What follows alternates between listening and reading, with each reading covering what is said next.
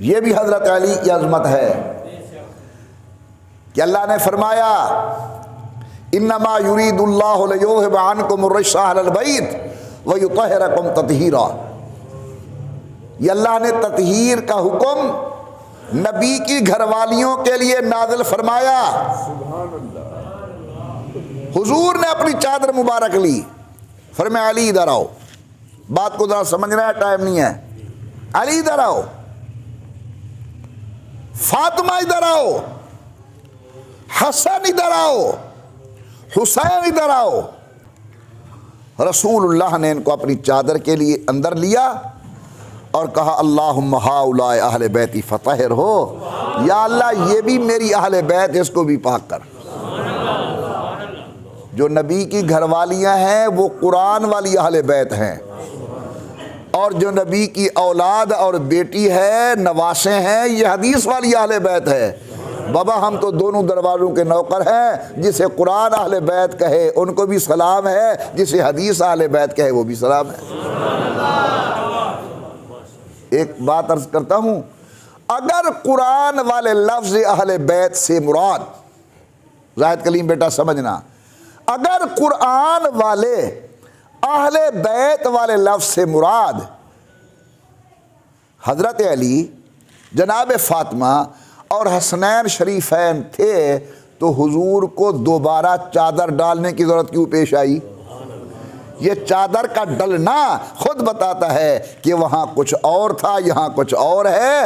جس کو قرآن نے اہل بیت کہا وہ رسول اللہ کی بیویاں ہے، جسے حدیث نے کہا وہ اہل بیت رسول سید الکونین کی اولاد ہے۔ ابا یہ ایک بات کہتے تھے،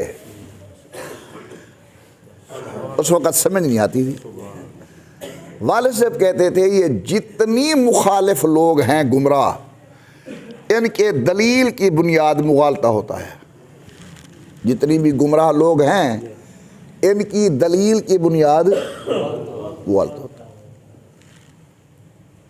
اب پچھلے دنوں ایک قابل قدر بھائی مجھے فرمانے لگے کہ محمد عمر، رسول اللہ نے چادر کے نیچے بی بی فاطمہ کو تو جگہ دی، تاریخی اعتبار سے ام کلثوم بھی ان دنوں میں زندہ تھی، اگر یہ بیٹی ہوتی اسے بھی تو چادر کی نیچے جگہ دیتے۔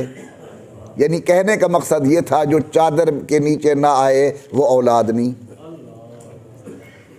تو میں نے اس سے بڑے پیار سے کہا کہ میرے پیارے، اگر یہی بات ہے تو رسول اللہ نے جب چادر کے نیچے حضرات کو بلایا، علی کو بلایا صلوات اللہ علیہ، سیدہ زہرا کو بلایا، بولو، حضرت حسن کو بلایا، حضرت حسین کو بلایا، لیکن علی کی بیٹی زہرا کی بیٹی زینب کو نہیں بلایا۔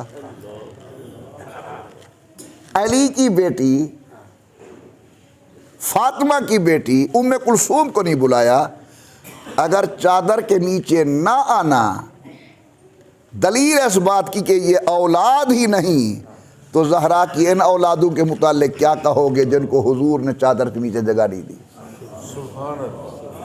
عظمت ہے، مقام ہے، اللہ جسے دے، ہمیں کوئی انکار نہیں ہے۔